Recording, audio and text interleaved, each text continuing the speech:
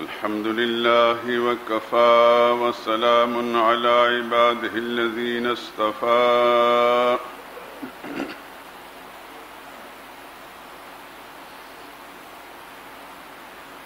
خصوصا على سيد الرسل وخاتم الأنبياء وعلى آله المجتبى وأصحابه الأتقياء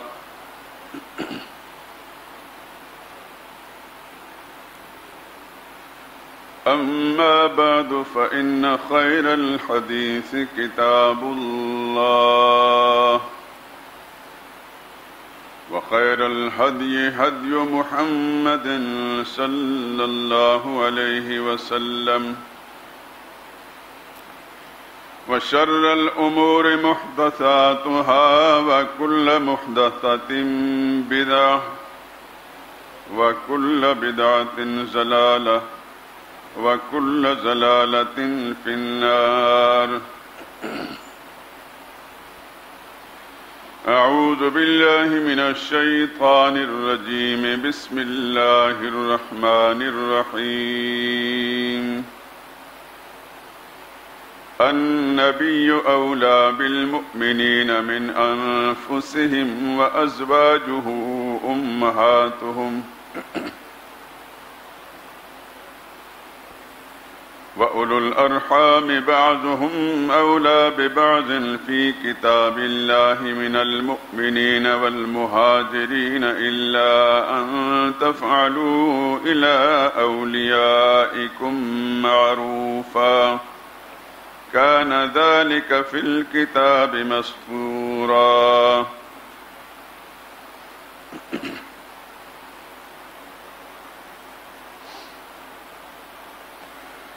پیغمبر ایمان والوں پر خود ان کی جانوں سے بھی زیادہ حق رکھتے ہیں،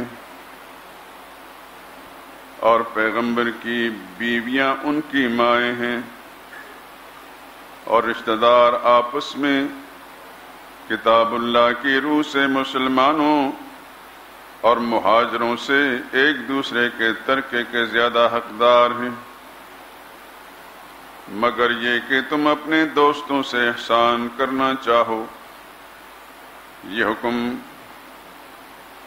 اللہ کی کتاب یعنی قرآن میں لکھ دیا گیا ہے۔ سبحان ربک رب العزت عما یصفون وسلام علی المرسلین والحمد للہ رب العالمین۔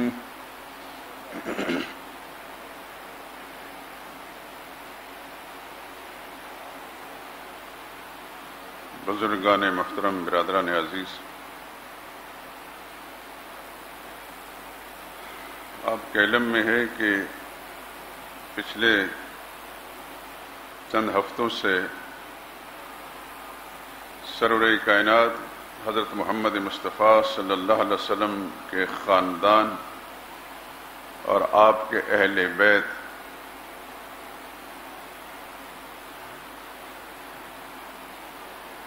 حقیقی اہل بیت، قرآنی فیصلے کے مطابق اہل بیت یعنی ازواج مطہرات امہات المومنین کا تذکرہ آپ سنتے چلے آ رہے ہیں، اور جن وجوہ کی بنا پر میں پوری توجہ اور انہماک کے ساتھ ازواج مطہرات کا ذکر کر رہا ہوں، کچھ اس کی طرف میں نے آپ کو اشارے دیے بھی ہیں کہ اس کی ضرورت کیا ہے۔ اجمالی طور پر تو ہمارے سارے مسلمان جانتے ہیں کہ حضور صلی اللہ علیہ وسلم کی بیویاں تھیں، امہات المومنین کہلاتے ہیں، لیکن تفصیلی طور پر بہت کم مسلمانوں کو پتہ ہے کہ رسول اللہ صلی اللہ علیہ وسلم کے ازواج مطہرات امہات المومنین کون کون ہیں، کیا حقیقت ہے۔ پھر مسلمانوں کی اس ناواقفیت کے سبب سے اغیار نے، اسلام دشمن قوتوں نے، منافقین نے ایسے ایسے افسانے گڑھے ہیں کہ ان افسانوں پر ایمان لانے سے نہ صرف ازواج مطہرات کی شخصیتیں مجروح ہوتی ہیں، بلکہ خود سرور کائنات صلی اللہ علیہ وسلم کی ذات اقدس بھی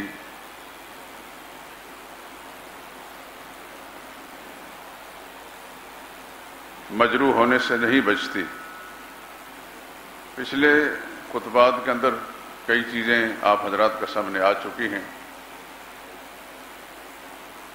قرآن کریم کی جو آیت میں نے شروع میں پڑھی ہے اس کا ترجمہ میں بار بار میں اس لیے کر رہا ہوں، النبی اولیٰ بالمؤمنین من انفسہم، نبی کی ذات اہل ایمان پر خود ان کی جانوں سے بھی زیادہ ہے، زیادہ حق رکھتے ہیں۔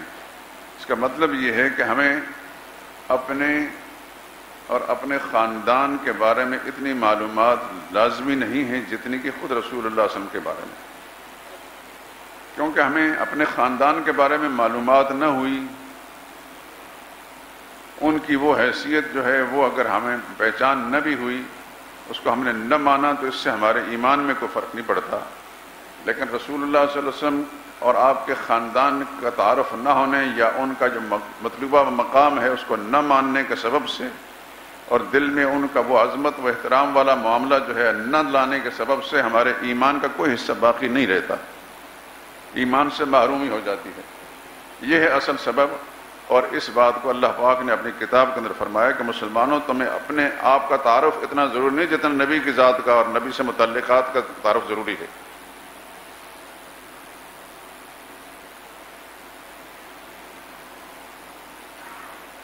سچ یہ ہے میرے دوستو، اس بات کو دل پر لکھ لیں، جتنا بگاڑ بھی آج ہے نظریاتی طور پر، اس کا سب سے بڑا سبب یہ ہے کہ مسلمان قرآن سے لا تعلق ہو چکا ہے۔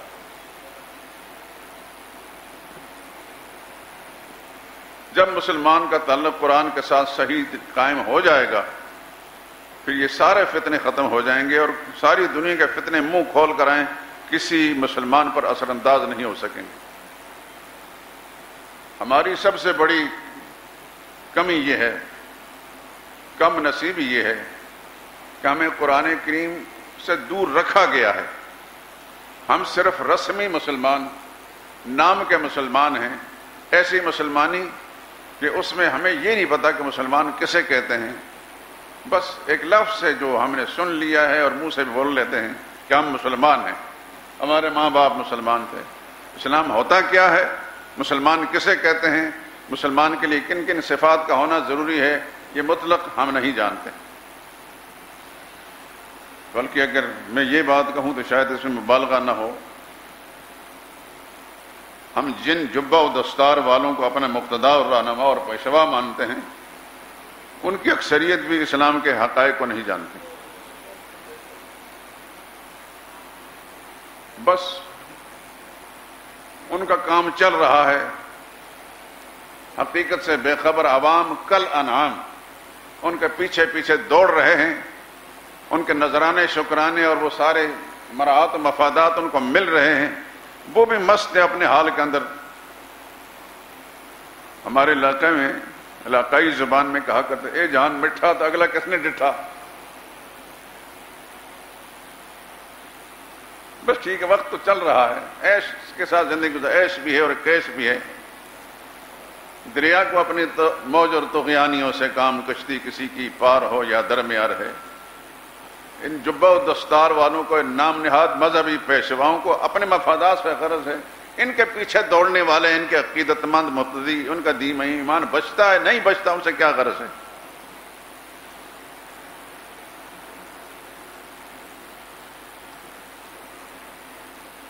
آپ گواہ ہیں اس بات کے کہ میں بار بار ایک چیز طرف توجہ دلاتا ہوں کہ مسلمانوں اپنا تعلق قرآن کے ساتھ قائم کر لیں۔ جو وقت بھی اللہ نے آپ کو دیا ہے، زندگی کی جتنی سانسیں دی ہیں، ان کو ایسی ترتیب دیں کہ روزمرہ کی زندگی میں قرآن کریم کے ساتھ لفظاً بھی اور معناً بھی آپ کا تعلق قائم ہو جائے۔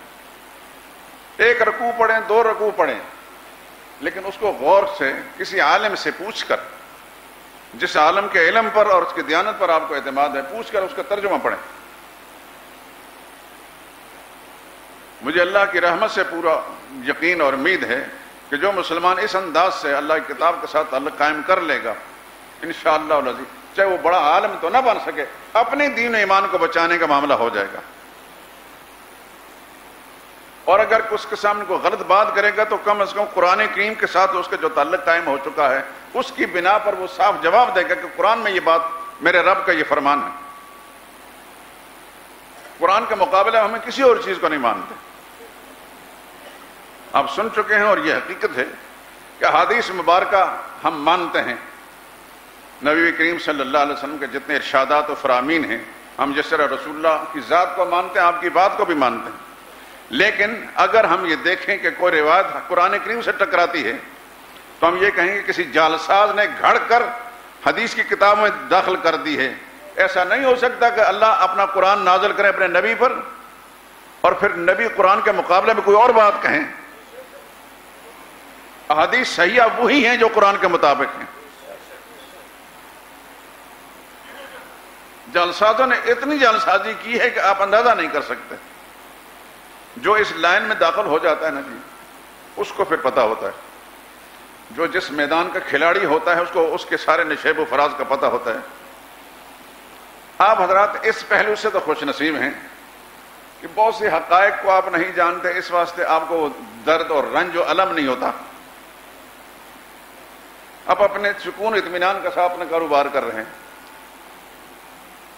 اور جو اہل علم ہیں جن کو ان حقائق سے کچھ خبر ہو چکی ہے وہ ہر وقت جلتے رہتے ہیں،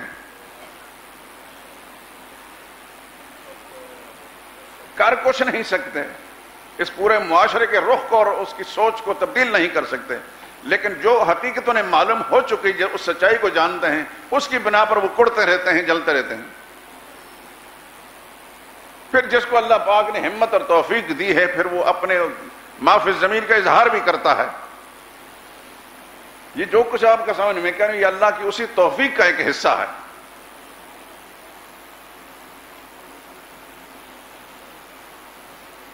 جتنا کچھ ہم جان چکے ہیں، جانتے ہیں، اس کا 100واں حصہ بھی آپ تک منتقل نہیں کر سکتے۔ فارسی کا ایک شاعر ہے، مجھے یہ معلوم تو نہیں کہ وہ شاعر کون ہے، حافظ شیرازی ہے یا کوئی اور ہے، وہ کہتا ہے مرا در دیست اندر دل اگر گویم زباں سوزد وگر دم در کشم ترسم کے مغز استخوان سوزد۔ کہتا ہے میرے دل میں وہ آگ جل رہی ہے، وہ درد ہے کہ اگر اس کا میں اظہار کروں تو اس آگ کا میری زبان جلتی ہے۔ مرا در دیست اندر دل اگر گویم زبان سوزد، زبان جلتی ہے، وگر دم در کشم، اور اگر میں اس بات کو چھپا لیتا ہوں، اندر ہی اندر گڑتا رہتا ہوں، ترسم کے مغز استخوان سوزد، میری ہڈیوں کا جو گودا ہے اس آگ کی وجہ سے جلتا ہے۔ قسم خدا کی جس کی سچی کتاب قرآن کریم میرے ہاتھ میں ہے، میں ایک طالب علم ہوں، بڑے علماء کا ایک ادنا خادم، ایک طالب علمانہ زندگی کے اندر جو کچھ مجھے معلومات ہو چکی ہیں اور اسلام کی دشمنی اور عداوت اور مسلمان کی دشمنی اور عداوت جو کچھ اسلام ہی کے روپ میں اور مسلمانی ہی کے روپ میں میرے سامنے آئی ہے، میری کیفیت بالکل وہی ہے جو اس شہر کے اندر ہے۔ پھر ہمت کر کے کچھ نہ کچھ باتیں آپ کے سامنے کہہ دیتا ہوں، لیکن جیسے میں عرض کر چکا ہوں کہ جتنا کچھ جان چکا ہوں اس کا 100واں حصہ بھی آپ تک منتقل نہیں کر سکتا۔ آپ سے یہ درخواست ہے اور مجھے امید ہے کہ میری اس درخواست کو آپ قبول کر لیں گے۔ آپ کی بھلائی میری بھلائی ہے اور خدا نخواستہ آپ کو کوئی دکھ پہنچے وہ میرا دکھ ہے۔ آپ سے بھی امید رکھتا ہوں کہ آپ میرے ساتھ ہمدردی کریں گے، آپ کے دل میں میرے ساتھ ہمدردی ہو۔ اس ہمدردی کا تقاضا یہی ہے کہ آپ میرے لیے دعا کریں کہ اللہ مجھے حق پر استقامت نصیب فرمائے اور زندگی کے آخری سانس تک اس سچائی کو بیان کرنے اور کھول کر مسلمانوں کے سامنے رکھنے کی توفیق نصیب فرمائے۔ اور یہ کر رہا تھا کہ خانوادہ نبوت صلی اللہ علیہ وسلم اور خصوصاً اہل بیت یعنی ازواج مطہرات، جن میں سے بعض کا میں نے تذکرہ کیا ہے، ان میں سے ایک خوش وقت خاتون ام المومنین ہماری ماں، ہماری مائیں بہنیں، سارا خاندان ان کی جوتیوں پر قربان، آج میں ان کا تذکرہ کرنے لگا ہوں، اور وہ ہیں سیدہ حفصہ رضی اللہ تعالی عنہا۔ یہ بنت فاروق اعظم ہیں رضی اللہ تعالی عنہ۔ پہلے ایک شاعر کا نذرانہ عقیدت پیش کرتا ہوں اور اس کے بعد پھر ان کا تذکرہ، اور انشاءاللہ دعا کریں کہ میرے ذہن میں ہے کہ میں نے ازواج مطہرات کی جو کثرت ہے، یعنی حضور صلی اللہ علیہ وسلم کی 13 ازواج، جبکہ مجھے اور آپ کو 4 سے زیادہ کی اجازت نہیں، نبی کریم صلی اللہ علیہ وسلم کی اتنی بیویاں کیوں تھی؟ کثرت ازدواج رسول اللہ صلی اللہ علیہ وسلم کے لیے کیوں تھا؟ اس کا کیا فائدہ تھا مجھے اور آپ کے لیے، امت کے لیے؟ اس کا انشاءاللہ میں ذکر کروں گا۔ پہلے ازواج کا تذکرہ کر لوں، پھر آخر میں انشاءاللہ یہ ام المومنین سیدہ حفصہ رضی اللہ تعالی عنہا کا کے لیے ایک منظوم کلام ہے، ایک منقبت ہے۔ السلام دختر فاروق اعظم، السلام السلام دختر فاروق اعظم، السلام السلام وارث خلق مکرم، السلام تو نے کی مکہ سے ہجرت دین حق کی راہ میں، آ گئی پھر رحمت عالم کی جلوہ گاہ میں،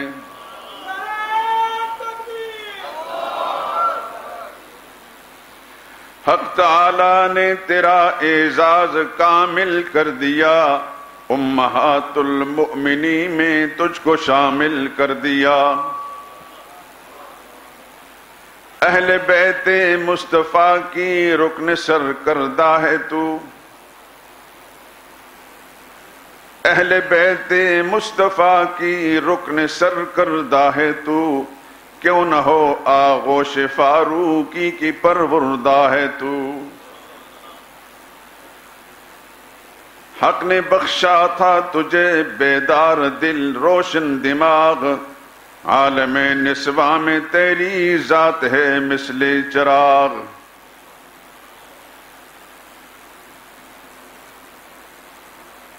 تو سراپا خیر و خوبی تھی، صداقت کیش تھی، خیر خواہ ملت بیضا تھی، خیر اندیش تھی، اختلاف و تفرقہ سے سخت نفرت تھی تجھے، جان و دل سے بھی ہوا ہوا محبوب سنت تھی تجھے، جوہر حلم و حیا سامان زینت تھا تیرا، مثل دامان سحر دامان سیرت تھا تیرا، تیرے کاشانے سے الہامی ضیائیں لی گئی،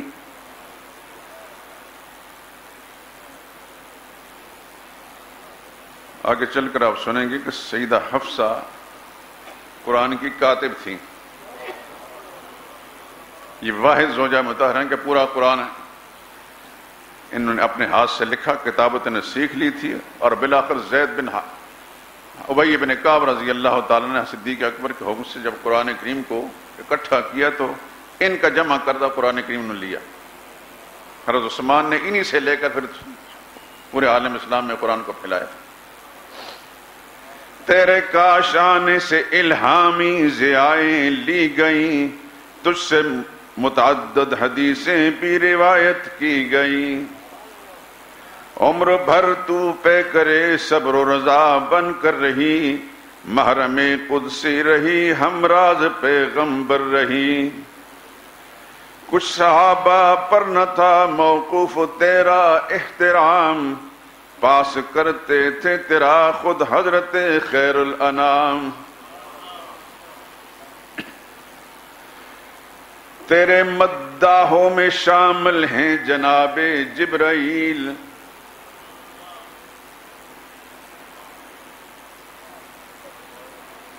تیرے مداحوں میں شامل ہیں جناب جبرائیل، ہے یہی کافی تیری توقیر و عظمت کی دلیل۔ تیری قسمت کا ستارہ اتنا روشن ہو گیا، تیرا حجرہ خود تجلی گاہ ایمن ہو گیا۔ معترف تیرے شرف کی امت مرحوم ہے، تجھ سے جو رکھتا ہے بغض ایمان سے محروم ہے۔ تو ہے ام المؤمنین، فردوس ہے تیرا مقام، رحمتیں تیری لحد پر تا ابد تجھ پر سلام۔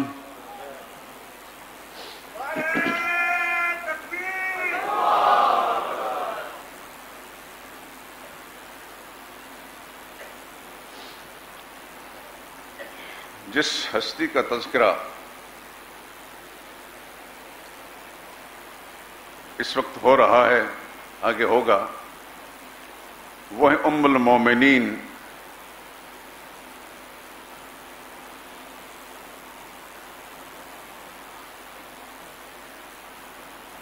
فاروق اعظم رضی اللہ تعالیٰ عنہ کی دختر نیک اختر ام المومنین سیدہ حفصہ رضی اللہ تعالی عنہا، حفصہ صاد کے ساتھ۔ کوشش کیا کریں کہ ازواج مطہرات کے ناموں پر بچیوں کا نام رکھیں، دوستوں کو اس کا مشورہ دیں۔ مبارک نام کے مبارک اثرات انسان کی ہستی پر، شخصیت پر پڑتے ہیں۔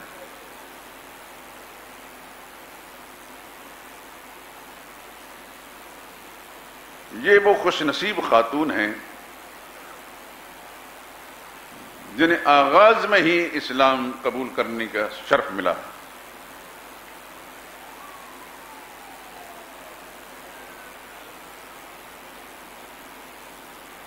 ان کے والد فاروق اعظم، ان کی والدہ حضرت زینب بنت مزعون،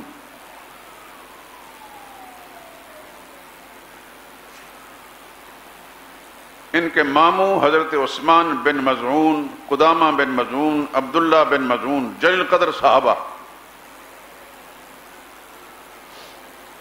ان کے شوہر اول حضرت خنیس بن حذافہ سہمی، قبیلہ بنو سہم کے ایک جلیل قدر صحابی ہیں، خنیس بن حذافہ۔ یہ دونوں میاں بیوی بالکل ابتدا میں اسلام قبول کرنے والے، بلکہ حضرت خنیس ہیں صدیق اکبر کی دعوت اور مسلمان ہوئے۔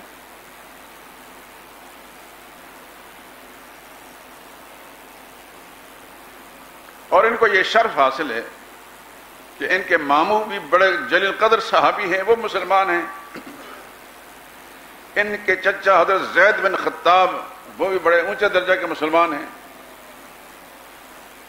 ان کی پھوپھی حضرت فاطمہ بنت خطاب، جو فاروق اعظم کے ایمان کا سبب بنی، وہ بھی اونچے درجے کے مسلمان ہیں۔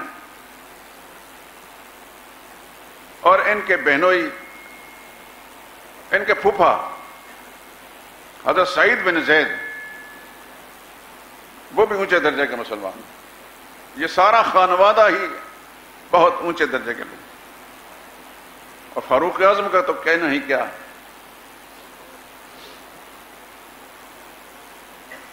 جن کے بارے میں سرور کائنات نے فرمایا لو کان بعدی نبیا لکان عمر، نبوت کا سلسلہ اگر اللہ نے ختم نہ کیا ہوتا تو میرے بعد عمر نبی ہوتے۔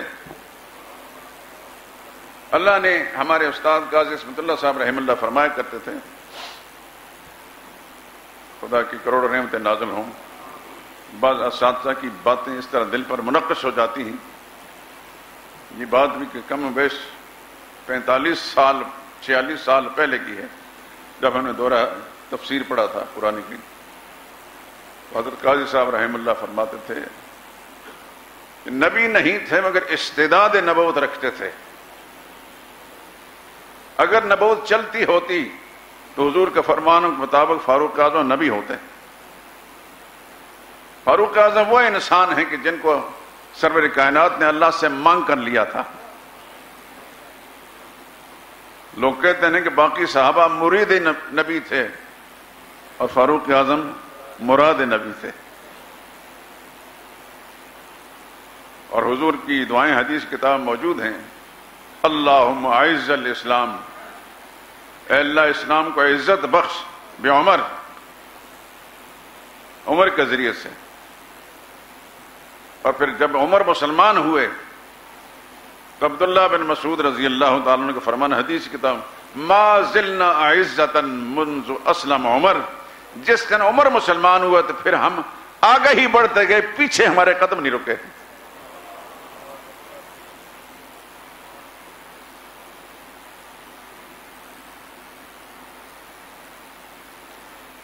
صرف اسلام کی صداقت کی نشانی ہی نہیں تھے بلکہ اسلام کی ہیبت اور شوکت اور دبدبے کے نشان بھی تھے.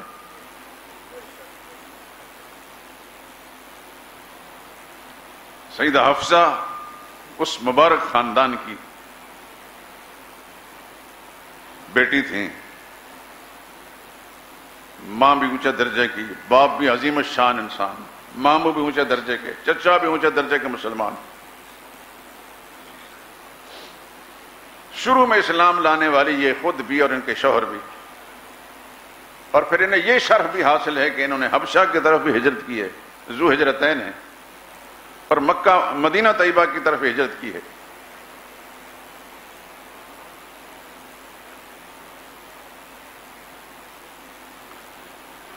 اور پھر ان کے شوہر کو غزوہ بدر میں شرکت کر کے بہت سارے کفار بڑے بڑے سرق نے ان کو جہنم رسید کرنے کا شرف بھی حاصل. اور ان کا تذکرہ جو کتابوں میں ہم پڑھتے ہیں کہ اس بے جگری کے ساتھ اس جنگ میں گھس گئے، انہیں پتہ بھی نہیں چل رہا تھا کہ مجھے تلواریں لگ رہی ہیں یا کچھ اور لگ رہا. بڑے بڑے صنادید کفر جہنم رسید کرنے کے بعد جب فارغ ہوئے، جنگ کے بادل چھٹ گئے تو پھر پتہ چلا کہ بہت زخمی ہو چکے ہیں. اسی زخمی حالت کے اندر واپس مدینہ طیبہ میں آئے، بڑے پرسکون، بڑے مطمئن. اور ان کی زوجہ مطہرہ حضرت حفصہ رضی اللہ تعالیٰ عنہ بڑے سکون کے ساتھ ان کی تیمارداری کرتی رہیں، اور فخر تھا اس بات پر کہ میرے شوہر کو رب العالمین نے اتنا بڑا مقام عطا فرمایا. لیکن نوعمری تھی، 18 سال کی عمر تھی سیدہ حفصہ کی. تاہم کہ انہی زخموں کی وجہ سے سیدنا خنیس بن حذافہ رضی اللہ تعالیٰ عنہ وفات پا گئے اور یہ بیوہ ہو گئیں. اللہ تعالیٰ نے بعض انسانوں کی فطرت کے اندر کچھ ایسی چیز رکھی ہوتی ہے کہ دوسروں کے لیے قابل رشک ہوتی. حضرت حفصہ بھی انہی خوش نصیب انسانوں میں سے ہیں کہ یہ بدو شعور سے ہی، یعنی ان کا ایمان لانا جو ہے کہ حالات کے جبر کا نتیجہ نہیں تھا، لیکن اللہ تعالیٰ نے ان کو کچھ اپنی فطرت کے اندر ایسی صالحیت، اتنا تقوی، خوف خداوندی اور عبادت گزاری ایسی رکھی تھی کہ جبریل امین، ابھی تیرے مداحوں میں شامل جبریل امین نے ایک دفعہ وحی کے ذریعے سے رسول اللہ صلی اللہ علیہ وسلم کو آ کر بتایا انہا صوامۃ قوامۃ صالحۃ زوجۃ النبی صلی اللہ علیہ وسلم فی الجنہ. یہ بڑی روزہ دار ہیں، بہت قائم، ساری رات عبادت کرنے والی ہیں، بڑی نیک پارسا ہیں، اور جنت میں بھی پیغمبر کی بیوی رہیں گی.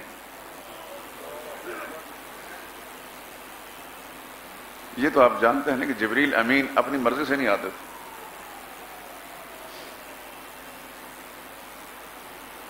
آتے بھی تھے اللہ کے حکم کے ساتھ، بولتے تھے بھی اللہ کے حکم کے ساتھ۔ یہ کچھ خوش نصیب خواتین ایسی ہیں ازواج مطہرات میں سے کہ ایک سے ایک بڑھ کر ان کا مقام ہے۔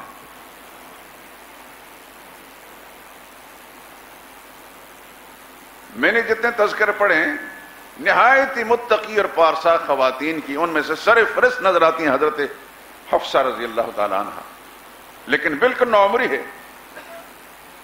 اور 18 سال کی عمر میں بیوہ ہو گئیں، اور بیوہ ہونے کے بعد ان کی عبادت گزاری اور بڑھ گئی۔ لیکن فاروق اعظم رضی اللہ تعالیٰ نے جب دیکھا کہ میری بیٹی اس نوجوانی میں نوعمری کے اندر بیوہ ہوں گے، انہیں بڑا صدمہ ہوا، اور ہر ماں باپ، بیٹی کا باپ اس کو محسوس کرتا ہے۔ ویسے بھی اولاد کے بارے میں حدیث کے اندر آتا ہے الولد مبخلۃ مجنبۃ مجبنۃ، کہ یہ اولاد جو ہے بخل کا سبب بھی بنتی ہے اور بزدلی کا سبب بھی، یعنی کمزوری ہوتی ہے ماں باپ کی۔ اللہ کی شان پر قربان جائیں، اس لیے اس نے فرمایا لم یلد ولم یولد، اللہ کمزور نہیں ہے، اولاد کا ہونا ماں باپ کی کمزوری ہے۔ اللہ نے فرمایا لم یلد ولم یولد، نہ کوئی اس کے اولاد ہے جو اس کو مجبور کر سکے، ولم یولد، نہ کوئی ماں باپ ہیں جو اس کو دباؤ ڈال سکیں، ولم یکن لہ کفوا احد، اس کا کوئی خاندان بھی نہیں جو اس پر دباؤ ڈال سکے۔ اللہ احد، اس لیے اللہ احد، اللہ یکتا ہے۔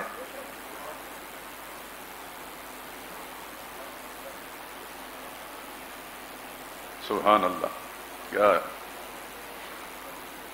عظمت ہے میرے رب کی۔ اللہ احد، اللہ الصمد،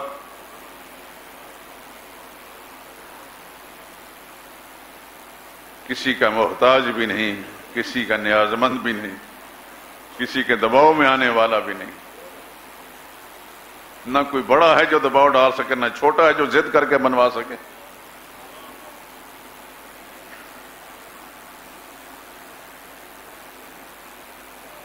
لیکن انسانوں کے اندر جو انسان صاحب اولاد ہوتے ہیں، اولاد ان کی کمزوری ہوتی ہے، خصوصاً بیٹی کسی تکلیف میں ہو، بیائی ہوئی بیٹی کسی تکلیف میں ہو تو ماں باپ کے دل پر جو گزرتی ہے آپ حضرات کو کچھ اندازہ ضرور ہوگا اس بات کا۔ اور اگر ان میں سے کوئی بیٹی بیوہ ہو جائے تو کتنا بڑا رنج ہوتا ہے، کتنی بڑی تکلیف ہوتی ہے باپ کو اور ماں کو بھی۔ فاروق اعظم رضی اللہ تعالیٰ عنہ کی حالت کچھ اسی طرح کی تھی۔ چنانچہ انہوں نے سب سے پہلے اپنے دوست، اپنے یار، اپنے ساتھی عثمان ذی النورین سے، انہی دنوں میں تھوڑا عرصہ پہلے حضرت رقیہ کا انتقال ہوا تھا، رسول اللہ صلی اللہ علیہ وسلم کی صاحبزادی کا، اور حضرت رقیہ کے انتقال کے بعد حضرت عثمان بہت افسردہ رہتے تھے، جو میری نسبت تھی، تعلق تھا رسول اللہ صلی اللہ علیہ وسلم کی ذات کے ساتھ، رقیہ کے انتقال کے ساتھ وہ نسبت ختم ہو گئی، جو اعزاز تھا، جو شرف تھا، اسے میں معروم ہو گیا۔ وہ بھی بہت دلگیر اور صدمے سے دو چار رہتے تھے۔ ادھر یہ معاملہ پیش آیا، ان نے حضرت عثمان رضی اللہ تعالیٰ عنہ کے سامنے یہ بات رکھی کہ میری بیٹی بیوہ ہو گئی ہے، میں چاہتا ہوں کہ تمہارے ساتھ نکاح کر دوں۔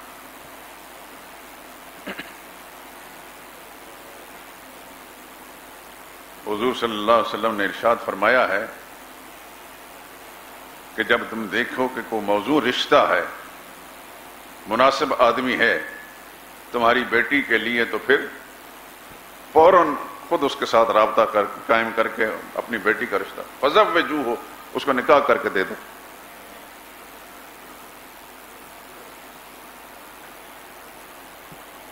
اسی سنت پر حضرت فاروق اعظم نے عمل کرتے ہوئے ایک اہل اور بہت موزوں شخصیت سیدنا عثمان کی دیکھی تو ان کو پیشکش کی۔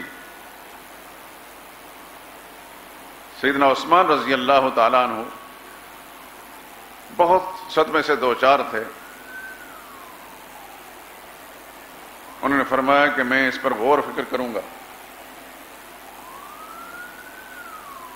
فاروق اعظم کو جو امید تھی یہ تو فوراً لبیک کہیں گے،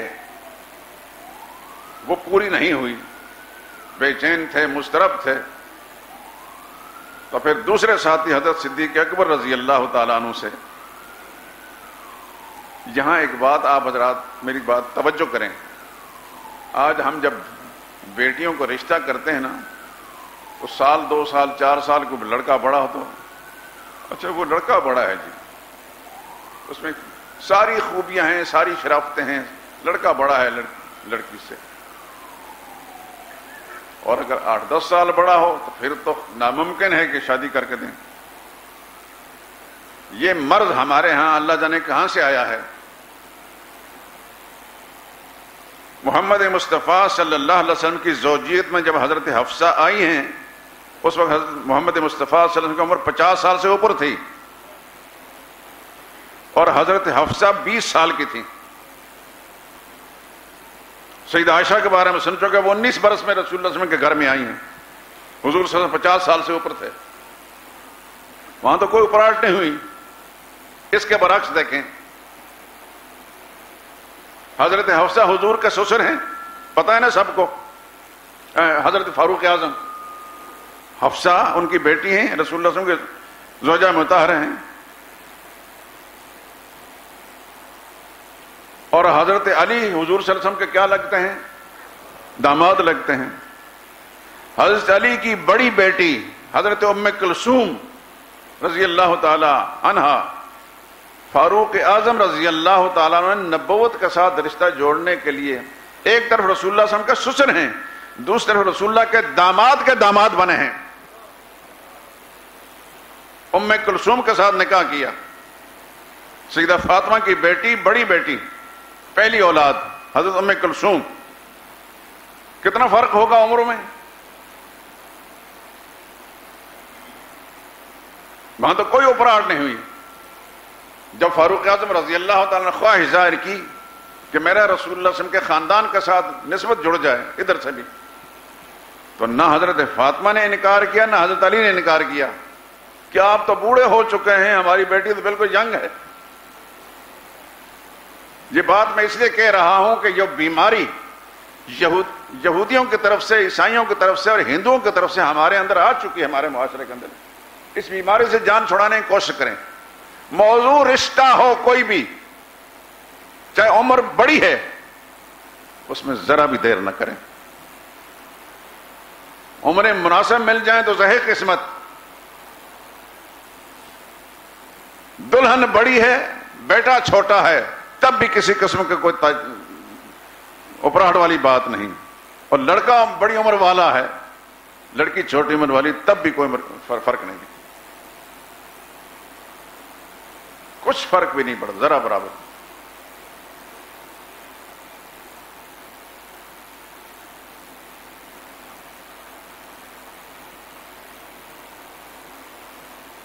تو صدیق اکبر فاروق اعظم سے عمر میں بڑے تھے، رسول اللہ صلی اللہ علیہ وسلم سے 2.25 سال عمر میں چھوٹے تھے، اور فاروق اعظم کا کافی فرق تھا۔ جتنا عمر میں فرق تھا نا اتنا ہی رسول اللہ صلی اللہ علیہ وسلم کے بعد جی سکیں۔ حضور کا انتقال بھی اگر 63 سال میں ہوا تو صدیق اکبر کا انتقال بھی 63 سال میں ہوا۔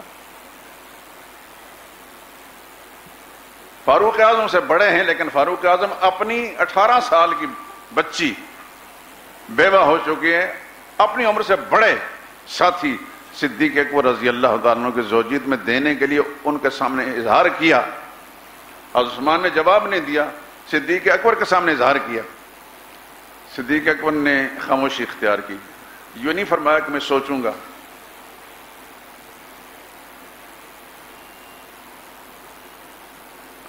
خاموشی اختیار کی تو ان دونوں ساتھیوں کی طرف سے مثبت جواب نہ ملنے کے سبب سے فاروق اعظم میں افسردگی زیادہ پھیل گئی۔ مجھے تو بہت اعتماد تھا اپنے ان مخلص ساتھیوں پر۔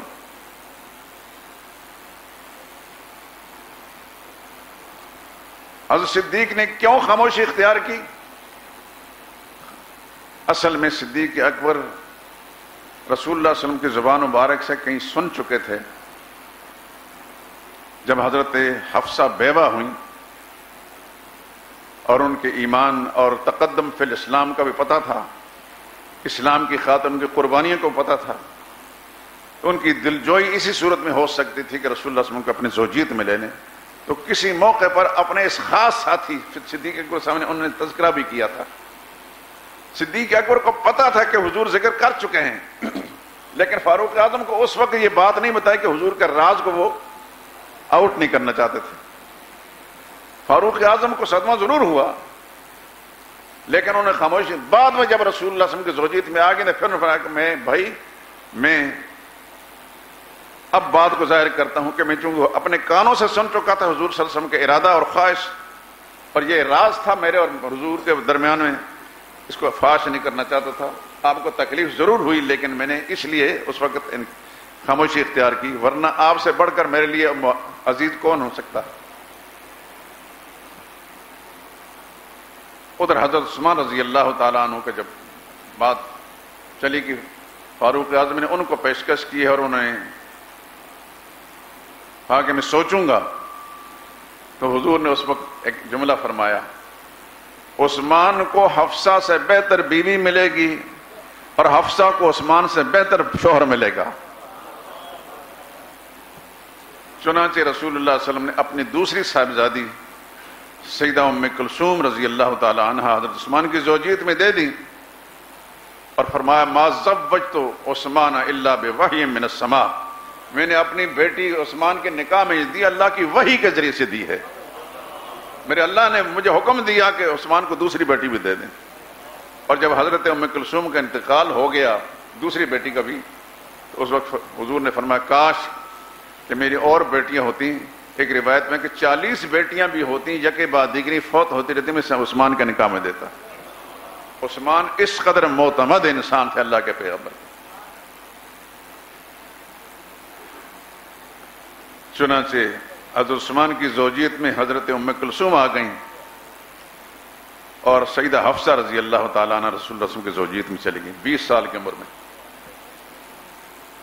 حضور کی عمر مبارک اس وقت کتنی ہے؟ 50 سے زیادہ ہے. کسی نے 53 سال، کسی نے 54 سال لکھی ہے. اور حضرت حفصہ کی عمر 20 سال. ہمارے اس معاشرے کی سوچ کے مطابق تو کوئی جوڑ نہیں، رشتوں کا آپس میں جوڑ نہیں، مگر یہ ہماری جو سوچ ہے یہی بے جوڑ ہے. اس سوچ میں بھی کوئی جوڑ نہیں. اصل بات تو وہ ہے جو محمد مصطفیٰ صلی اللہ علیہ وسلم کی ہے، اصل رویہ وہ ہے، اصل عمل وہ ہے جو محمد مصطفیٰ صلی اللہ علیہ وسلم کا ہے. اگر رسول اللہ نے اس رشتے کو بے جوڑ نہیں سمجھا تو پھر سمجھ لیجئے کہ یہ سوچ جو ہے بالکل غلط اور باطل ہے.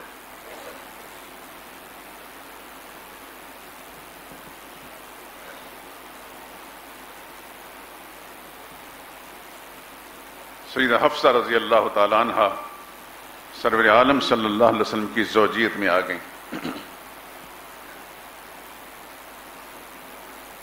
چونکہ بڑے باپ کی بیٹی تھیں اور ان سے تھوڑا ہی عرصہ پہلے، بہت تھوڑا عرصہ پہلے، چند مہینوں کے شاید فرق ہوگا، ایک بڑے باپ کی بیٹی خود رسول اللہ صلی اللہ علیہ وسلم کی زوجیت میں آ چکی تھیں، سیدہ عائشہ صدیقہ رضی اللہ تعالی عنہ.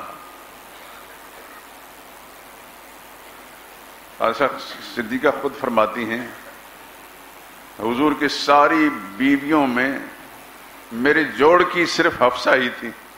یعنی جو رسول اللہ صلی اللہ علیہ وسلم کے مقبولیت ہو سکتی کسی بیوی کو، جو مقام ہو سکتا ہے، وہ صرف فاروق اعظم کی بیٹی کا تھا.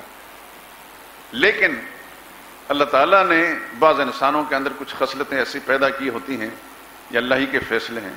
شکل و صورت میں بظاہر ایک جیسے ہوتے ہیں، قد کاٹ میں ایک جیسے ہوتے ہیں، لیکن ذہنی صلاحیتیں، علمی قابلیتیں اللہ کسی انسان کو بہت زیادہ دے دیتے ہیں.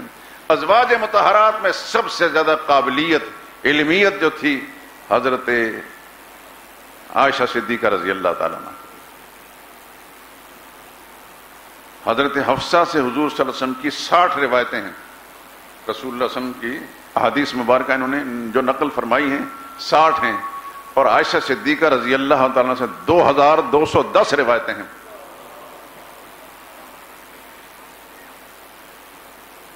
صرف 2 صحابی عائشہ صدیقہ سے آگے ہیں روایات نقل کرنے میں. سب سے اونچے درجے پہلے درجے میں حضرت ابو ہریرہ ہیں رضی اللہ تعالیٰ عنہ، اور دوسرے ہیں حضرت عبداللہ بن عمر رضی اللہ تعالیٰ عنہ. تیسرے درجے میں پھر تمام صحابہ میں سب سے آگے ہیں حضرت عائشہ صدیقہ رضی اللہ تعالیٰ عنہ.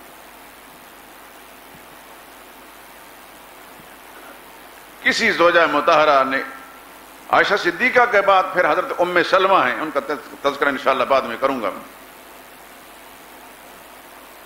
لیکن عائشہ صدیقہ بہت آگے ہیں. اور یہ ہے وجہ رسول اللہ صلی اللہ علیہ وسلم کی محبوبیت کا کہ حضور صلی اللہ علیہ وسلم کو ان کے ساتھ سب سے زیادہ پیار تھا. اس کی وجہ یہ نہیں تھی کہ عائشہ صدیقہ رضی اللہ تعالیٰ عنہ بہت زیادہ حسین و جمیل تھیں، یہ وجہ نہیں تھی. اس میں شک بھی کوئی نہیں کہ جوان بھی تھی، حسین و جمیل بھی تھی، لیکن جیسے کہ آؤٹ کلاس حسن نہیں تھا، کیونکہ آؤٹ کلاس حسن کی مالک رسول اللہ صلی اللہ علیہ وسلم کی زوجیت میں سے ایک اور تھی حضرت ماریہ قبطیہ رضی اللہ. وہ شاہی خاندان کی تھی جو مصر کے بادشاہ نے بطور تحفہ رسول اللہ صلی اللہ علیہ وسلم کو دی تھی. رسول اللہ نے اپنی زوجیت میں لے لیے، اور انہیں سے حضور صلی اللہ علیہ وسلم کے ایک صاحبزادہ حضرت ابراہیم. خود عائشہ صدیقہ فرماتی ہیں کہ مجھے کسی اپنی سوکن کے حسن و جمال پر رشک نہیں آئے سوائے ماریہ کے. بہت حسینہ تھی، گورا رنگ اور گورے بال ان کے، بلکہ ان پر بہت ساری ازواج مطہرہ رشک کرتی تھیں، لیکن سب سے زیادہ محبوبیت پھر عائشہ صدیقہ کو حاصل ہوئی. اس کا سبب یہ تھا کہ دنیا کے عام انسانوں، ہمارے جیسے انسانوں کی طرح رسول اللہ صلی اللہ علیہ وسلم کا مزاج نہیں تھا کہ کسی کی خوبصورتی پر مر مٹے. رسول اللہ صلی اللہ علیہ وسلم کے پیش نظر دوسری چیزیں تھیں.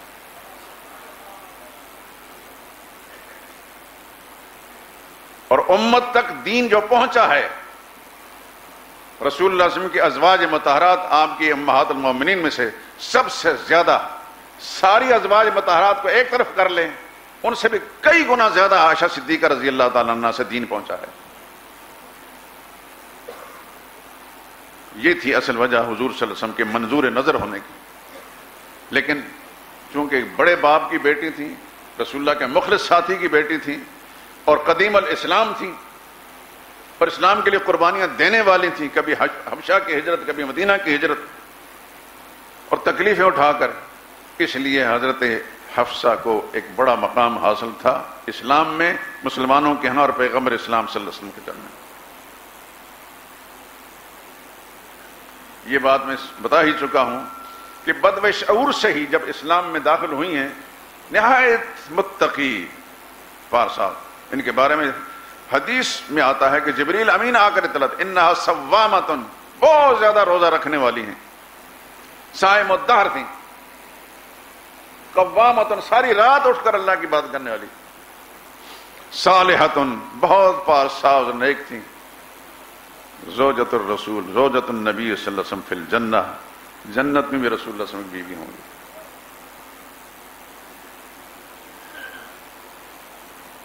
یہ اللہ تعالیٰ کے کچھ انتخاب ایسے ہوتے ہیں انسانوں کے لیے کہ جن کو میرے اللہ نے اپنے نبی کی زوجیت کے لیے اپنے علم ازلی سے بہتر سمجھا، اللہ نے نبی کی زوجیت میں پہنچا دیا. آگے چل کر میں ذکر کروں گا انشاءاللہ.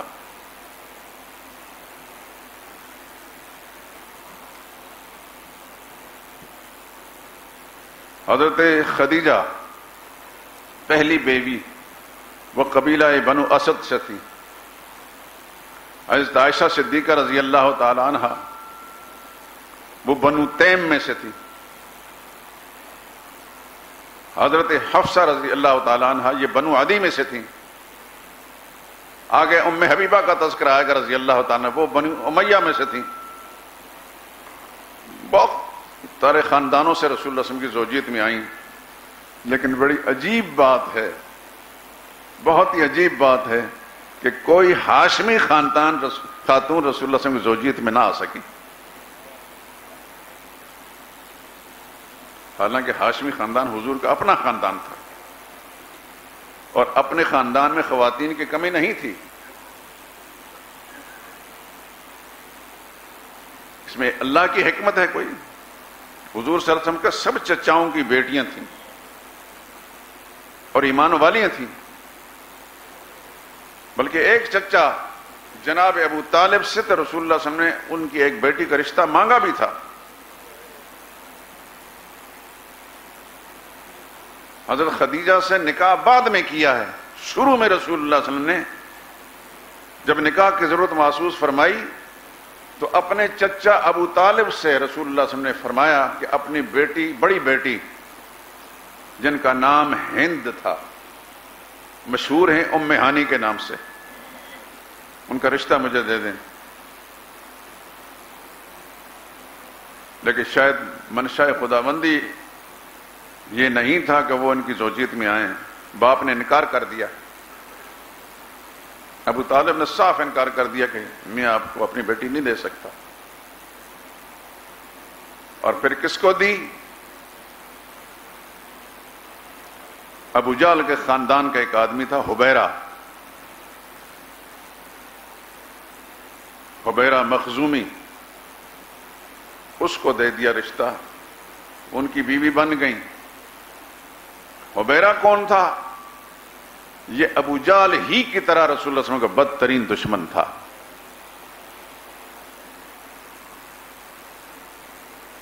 اور جس طرح ابو جہل کفر پر مرا، دشمنی میں مرا، حبیرہ بھی اسی طریقے سے مرا، تو حضور پر ایمان نہیں لایا۔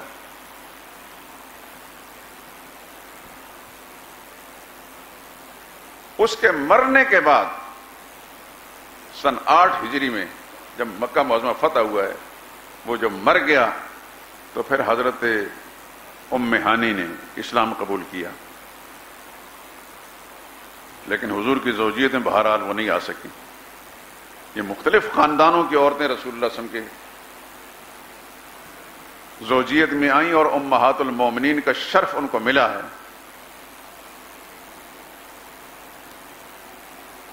بنو تیم میں بھی ہیں، بنو اسد میں بھی ہیں، بنو عدی میں سے بھی ہیں، بنو امیہ میں سے بھی ہیں، دوسرے قبائل سے بھی ہیں۔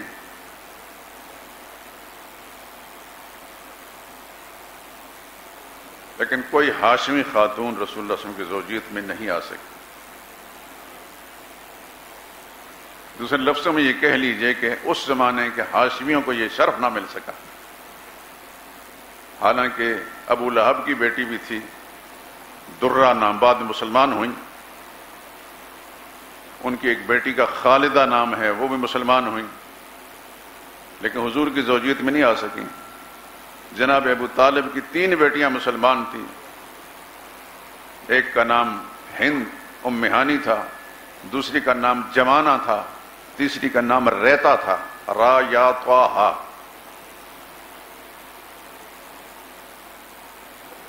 اسی طرح رسول اللہ صلی اللہ علیہ وسلم کے تایا جناب زبیر، ان کی غالباً 4-5 بیٹیاں مسلمان تھیں، لیکن حضور کی زوجیت میں نہیں آ سکیں۔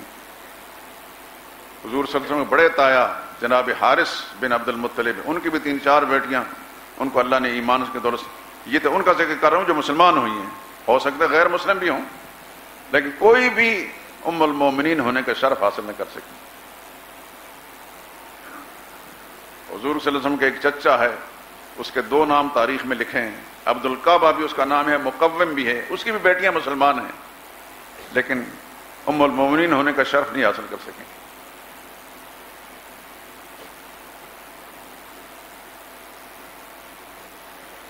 سیدنا حمزہ رضی اللہ تعالیٰ عنہ کی صاحبزادیاں ہیں، سیدنا عباس رضی اللہ تعالیٰ عنہ کی صاحبزادیاں ہیں۔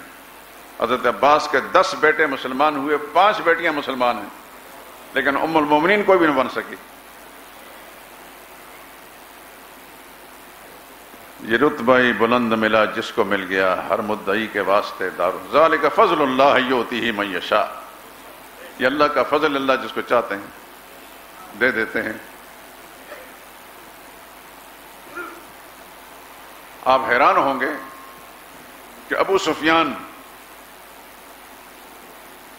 رضی اللہ تعالیٰ عنہ اسلام لانے سے پہلے شدید ترین مخالف تھے حضور صلی اللہ علیہ وسلم کے، چونکہ قوم کے لیڈر تھے، سردار تھے، اس سرداری کی بنا پر جس طرح دیگر قبائل کے لوگ حضور صلی اللہ علیہ وسلم مخالف تھے، یہ بھی مخالف تھے، اموی سردار تھے۔ آخر وقت میں اللہ نے ان کو بھی ایمان کی دولت سے مالا مال کیا، اور پھر اللہ کی راہ میں انہوں نے قربانیاں بھی دیں۔ ایک غزوہ میں ان کی ایک آنکھ شہید ہوئی حضور کو بچاتے ہوئے، دوسرے غزوہ میں دوسری آنکھ شہید ہوئی۔ ان کی اہلیہ کو بھی رسول اللہ جو ساس تھیں ان کو اللہ تعالیٰ نے ایمان کی دولت سے مالا مال کیا۔ لیکن حیرت کی بات یہ ہے کہ وہ شدید ترین جو رسول اللہ صلی اللہ علیہ وسلم مخالف تھا، ان کی بیٹی کو ام المومنین ہونے کا شرف مل گیا، حضرت ام حبیبہ رضی اللہ تعالیٰ عنہ۔ اور یہ واحد خاتون ہیں، تذکرہ انشاءاللہ بعد میں کروں گا، کہ جن کا سب سے زیادہ مہر 400-500 درہم سے بڑھ کر کسی زوجہ مطہرہ کا مہر نہیں ہے۔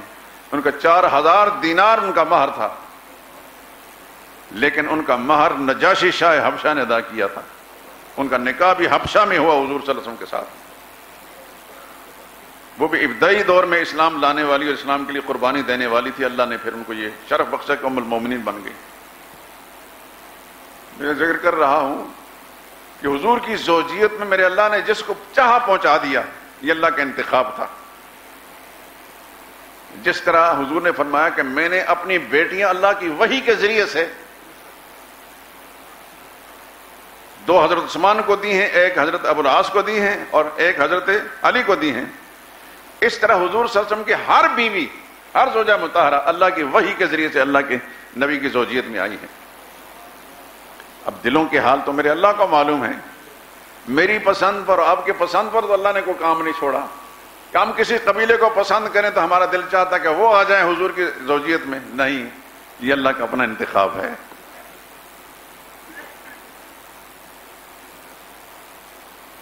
خالق کائنات نے جس کو اپنے علم ازلی سے نبی کی زوجیت کے لیے پسند فرمایا، نبی کی بیوی بنا دیا۔ تو سیدہ حفصہ رضی اللہ تعالی عنہا جو فاروق اعظم کی صاحبزادی ہیں، کم بیش 50 سال سے زیادہ عمر میں حضور صلی اللہ علیہ وسلم جب پہنچ چکی تھی، اور یہ 20 سال کی عمر میں رسول اللہ صلی اللہ علیہ وسلم کی زوجیت میں آئی ہیں، اور کچھ عرصہ کے بعد ان کا انتقال ہوا، اور بڑے اعزاز و اکرام کے ساتھ صحابہ اکرام نے مدینہ طیبہ میں حضرت مروان بن حکم رضی اللہ تعالی عنہما انہوں نے جنازہ ان کی پڑھی، اور ان کو بقیع غرقت جنت البقیع کے اندر ان کو سپرد خاک کر دیا رضی اللہ تعالی عنہا۔ باقی بات انشاءاللہ پھر کریں گے۔ سبحانک اللہم و بحمدک، لا الہ الا انت۔